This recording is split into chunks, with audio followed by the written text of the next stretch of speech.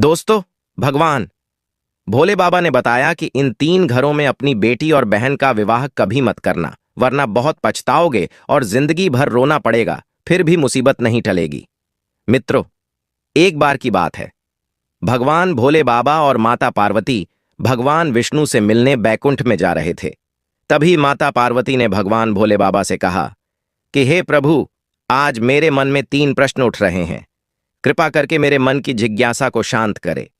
तभी भगवान भोले बाबा कहते हैं कि हे देवी, आपके मन में जो भी शंका है, आप निसंकोच होकर के पूछ लीजिए, और मैं तुम्हारे मन में उठने वाले जितने भी प्रश्न हैं उनका उत्तर जरूर दूंगा। तभी माता पार्वती कहती हैं कि हे प्रभु, मेरा पहला प्रश्न यह है कि वह कौन सा घर है जहां एक पिता को और एक भाई को अपनी बेटी बहन का विवाह कभी नहीं करना चाहिए। और मेरा दूसरा प्रश्न है कि एक बेटी के लिए अपना घर कौन सा होता है, पिता का या पति का। और मेरा तीसरा प्रश्न यह है कि कौन से घर में बेटी का विवाह कर देने से उसका जीवन हमेशा के लिए यातनाओं से भरा होता है और पुत्री सहित माता तथा पिता को भी कष्ट भोगना पड़ता है। मित्रों, तभी भगवान भोले बाबा कहने लगे कि हे देवी, आपने बड़ा ही महत्वपूर्ण और सुंदर प्रश्न किया है, क्योंकि एक पुत्री अपने माता पिता के लिए संसार का सबसे मूल्यवान गहना होती है। जो अपने हृदय पर पहाड़ का पत्थर रख करके पुरुष को कन्या का दान करता है, इस संसार में वही माता पिता सबसे ज्यादा भाग्यशाली होता है। उन्हीं के घर में देवी आदि शक्ति का अंश कन्या का जन्म होता है और कन्यादान सर्वश्रेष्ठ दानों में श्रेष्ठ होता है। फिर आगे भगवान भोले बाबा माता पार्वती से कहते हैं, हे देवी, मैं आपके तीनों प्रश्नों का उत्तर एक पवित्र कथा के माध्यम से देना चाहता हूं। आप इस कथा और कहानी को पूरा सुनना और बड़े ध्यान से सुनना, और जो भी मनुष्य इस कथा को बड़े ध्यान से सुनता है अथवा किसी को सुनाता है, उसके जन्म जन्मांतर के सारे पाप नष्ट हो जाते हैं और मनुष्य को मृत्यु के बाद भी अच्छे लोक की प्राप्ति हो जाती है। फिर आगे माता पार्वती कहती है कि हे प्रभु, मैं इस पवित्र कथा को पूरे ध्यान से सुनूंगी। हे प्रभु, आप कृपा करके इस कथा को सुनाइए, जिससे संसार में मनुष्य जाति का भी कल्याण हो सके। आप मुझे इस कथा को सुनाइए। दोस्तों, आप सभी लोगों से निवेदन है कि इस कथा को और कहानी को सुन रहे हैं तो पूरा सुनिएगा, जिससे आपको भगवान भोले बाबा मनचाहा फल शीघ्र प्रदान करें। मित्रों, फिर आगे भगवान भोलेनाथ माता पार्वती को कथा सुनना आरंभ करते हैं और कहते हैं, हे देवी, एक समय की बात है कि एक नगर में एक गरीब किसान अपनी पत्नी और बेटी के साथ रहता था।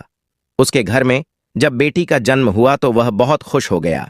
वह किसान अपनी पत्नी और बेटी से बड़ा प्रेम करता था। वह तीनों भगवान विष्णु के बड़े भक्त थे।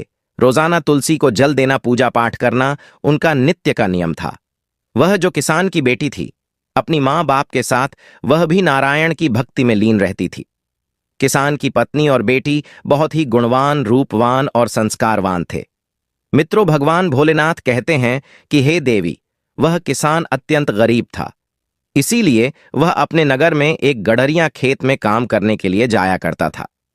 उस गडरिया के पास बहुत ही ज्यादा खेत था और उस गडरिया का भी स्वभाव बहुत अच्छा था। वह किसान कई सालों से उनके यहां पर काम करता था। उस किसान की बेटी हर दिन अपने पिता के लिए घर से दोपहर का भोजन लेकर के उस गडरिया के खेत में जाया करती थी। यह सिलसिला कई वर्षों तक निरंतर चलता रहा।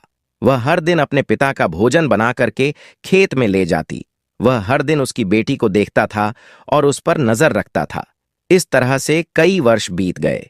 फिर किसान की बेटी जब जवान हो गई, फिर हर दिन की तरह किसान की बेटी खाना लेकर के खेत में आई थी।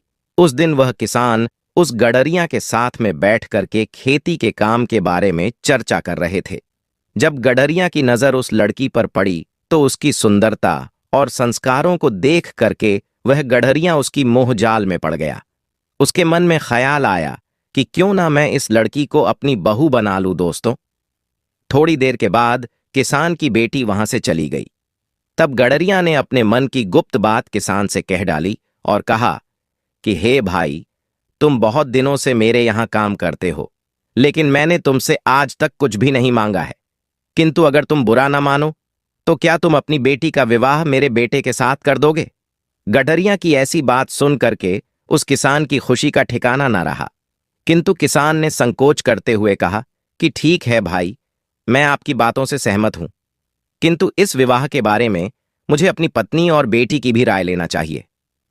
तब गडरिया ने कहा कि मित्र क्यों नहीं, तुम जरूर उनकी राय लेकर के मुझको बताना दोस्तों। फिर आगे भगवान भोले बाबा माता पार्वती को कथा सुनाते हुए कहते हैं कि हे देवी, जब भी किसी लड़की या लड़का का विवाह करना हो तो उसके मन की बात जान करके ही माता पिता को उसके भविष्य का निर्णय लेना चाहिए तथा विवाह करना चाहिए। फिर जब रात में किसान ने अपनी पत्नी और बेटी से इस विवाह के बारे में पूछा तो उन दोनों ने एक साथ हां में जवाब दिया। वैसे भी किसान की पत्नी हमेशा से चाहती थी कि उसकी बेटी का विवाह किसी खेती बाड़ी वाले और राजघराने हो और वह राज करे। मित्रों, फिर भगवान भोले बाबा कहते हैं कि हे देवी, वहीं दूसरी ओर जब उस गडरिया ने विवाह की बात अपनी पत्नी और बेटे से कही तो उन दोनों ने इस रिश्ते को नापसंद किया, क्योंकि गडरिया की पत्नी बहुत लालची और दुष्ट स्वभाव की थी। उसका बेटा भी बड़ा निकम्मा और लालची स्वभाव का था। तभी गडरिया की पत्नी कहने लगी, हाय हाय, आपकी क्या मति मारी गई है, तुम्हारी तो बुद्धि भ्रष्ट हो गई है, जो एक भिखारी की घर की कन्या को बहू बनाना चाहते हो। मैं तो क्या, मेरी जूती भी ऐसे घर में कदम ना रखे। और गडरिया का बेटा भी अपनी मां के जैसे तेवर दिखाते हुए कहने लगा, पिताजी, क्यों आप मेरी जिंदगी को बर्बाद करना चाहते हैं? हमारे जो भी दोस्त हैं और हमारे जितने भी नातेदार हैं, वो हमें क्या कहेंगे? वो तो हम पर थूकेंगे। मित्रों, गडरिया को लगता था कि अगर ऐसी अच्छी बहू उसे मिल जाए तो उनके घर की तरक्की होगी, घर में सुख शांति बनी रहेगी और बेटा भी उसके काम में हाथ बटाएगा। लेकिन घर वालों की ऐसी बात को सुन करके गडरिया को बहुत बुरा लगा और गडरिया ने कहा कि अब इस घर की बहू तो केवल उसी किसान की बेटी ही बनेगी। उस घर में गडरिया का ही राज्य चलता था, इसलिए उसने जबरदस्ती अपनी पत्नी और बेटे को मना लिया। फिर अगले दिन जब खेत में किसान और गडरिया की मुलाकात हुई तो किसान कहने लगा, हे भाई, मुझे माफ कीजिए, हमें यह रिश्ता तो बहुत पसंद है, किंतु मेरी आपके बेटे के साथ विवाह करने की हैसियत नहीं है। तब गडरिया ने मुस्कुराते हुए कहा, बस इतनी सी बात है, तुम जितना चाहे खर्च करो, तुम्हें जितने भी धन की आवश्यकता होगी वह तुम्हें मिल जाएगा। तुम्हें हमारे मुंशी जी वह धन तुमको दे देंगे। तब गडरिया ने मुंशी से कहा, देखो, यह हमारे होने वाले समधी हैं, इन्हें जो चाहे वह सब कुछ दे दो। फिर उस किसान ने बड़ी धूमधाम से अपनी बेटी का विवाह उस गडरिया के लड़के के साथ कर दिया। किसान की बेटी ने भी ईश्वर का नाम लेकर के उसके साथ में 7 फेरे लिए और उसके बाद में वह किसान और उसकी पत्नी अपनी बेटी को उस गडरिया के साथ में भेज दिया। वह अपने ससुराल में चली गई।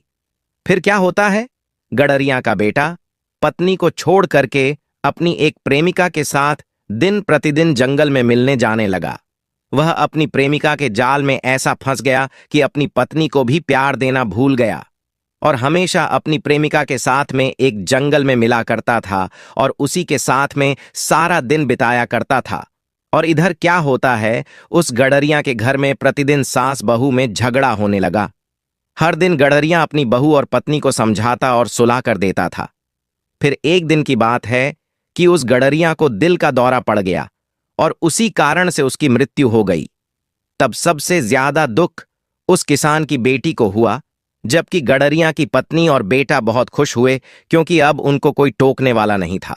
मित्रों, भगवान भोले बाबा कहते हैं कि हे देवी, अब तो किसान की बेटी के बहुत बुरे दिन शुरू हो गए थे। जब भी झगड़ा होता तो अपने मायके में आ जाती, लेकिन किसान और उसकी पत्नी हमेशा उसको समझा बुझा करके वापस उसी गडरिया के घर उसके ससुराल में भेज देता था। यह सिलसिला कई महीनों तक चलता रहा। फिर एक दिन गडरिया के बेटे ने किसान को काम से निकाल दिया और उसे बहुत भला बुरा अपशब्द कहा, उसकी बड़ी बेइज्जती की। जब किसान की बेटी उनसे डरने की वजह उनसे प्रेम पूर्वक पूछने लगी, तब गडरिया की पत्नी के मन में एक बुरा ख्याल आया। उन दिनों किसान की बेटी पेट से थी, वह गर्भवती थी, तो उसने चिकनी चुपड़ी बातों से किसान की बेटी के मन को जीत लिया, मानो जैसे कोई सांप ही चिड़ियों के अंडों की रक्षा कर रहा है। फिर एक दिन उस गडरिया की पत्नी ने अपनी बहू के खाने में जहर मिलाकर के उसको दे दिया। किसान की बेटी भी अनजाने में उसे खा करके सो गई और उसकी रात्रि में ही उसकी मृत्यु हो गई। उस गडरिया की पत्नी ने अपने पड़ोसियों से कहा कि मेरी बहू आज रात्रि में जाहिर खाकर के मर गई और मुझे मुसीबत में डाल करके चली गई। उसके बाद उसने किसान को भी यह संदेश भेज दिया कि तुम अपनी बेटी को यहां से ले जाओ। जब यह बात किसान को और उसकी पत्नी को पता चली तो उनके धीरज का बांध टूट चुका था और उन्होंने अपनी मृत बेटी के 100 को घर लाकर के उसका अंतिम संस्कार कर दिया। उसके बाद दूसरे दिन किसान न्याय मांगने के लिए राजा के दरबार में गया और उसने सारी हकीकत जो भी बात थी वह सब कुछ राजा को बता दिया। राजा ने बात को बड़े ध्यान से सुना। फिर राजा ने अपने मंत्री को कहा, जाओ शीघ्रता से उस गडरिया के बेटे और उसकी माता को पकड़कर दरबार में लेकर आओ। तभी वहां से राजा के राज्य मंत्री उस गडरिया के घर जाते हैं और उस गडरिया के बेटे और उसकी पत्नी को पकड़कर रास्ते से लेकर आते रहते हैं।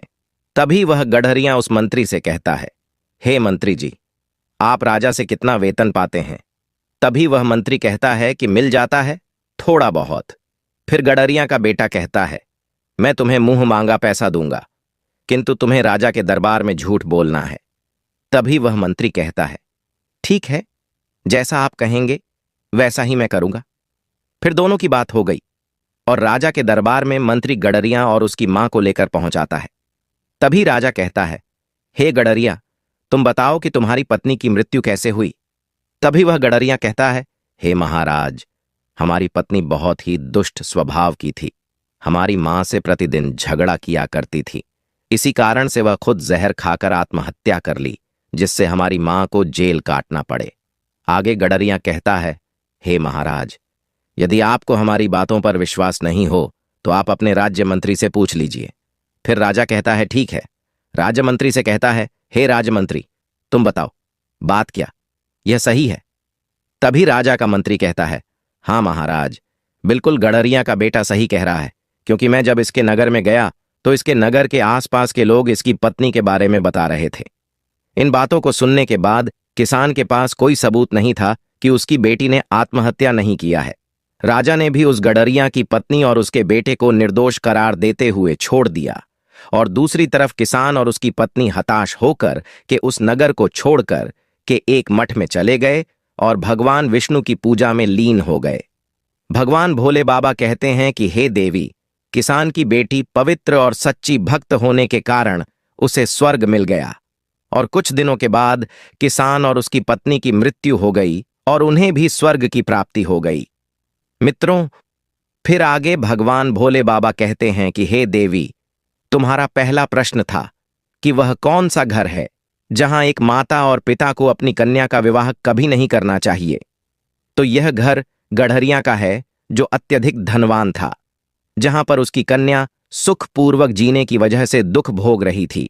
इसलिए किसी भी माता पिता को अपनी कन्या का तथा भाई का बहन का विवाह ऐसे घर में नहीं करना चाहिए जिस घर में पुत्र वधू को मान सम्मान ना मिलता हो, उसके साथ प्रेम पूर्वक व्यवहार ना किया जाता हो और उसके साथ केवल एक कसाई के दांव पर बंधी हुई गाय के जैसे व्यवहार किया जाए, जिसके मन में हर क्षण तड़पाने वाली मृत्यु का भय हो।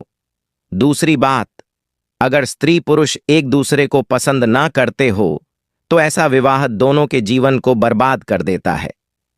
तीसरी बात, जिस पुरुष के साथ कन्या का विवाह होने वाला है वह उसके योग्य हो, उसे हर समय एक जिम्मेदारी से संभाल कर रखे, उसके मन को जीत कर उससे ही प्रेम करे।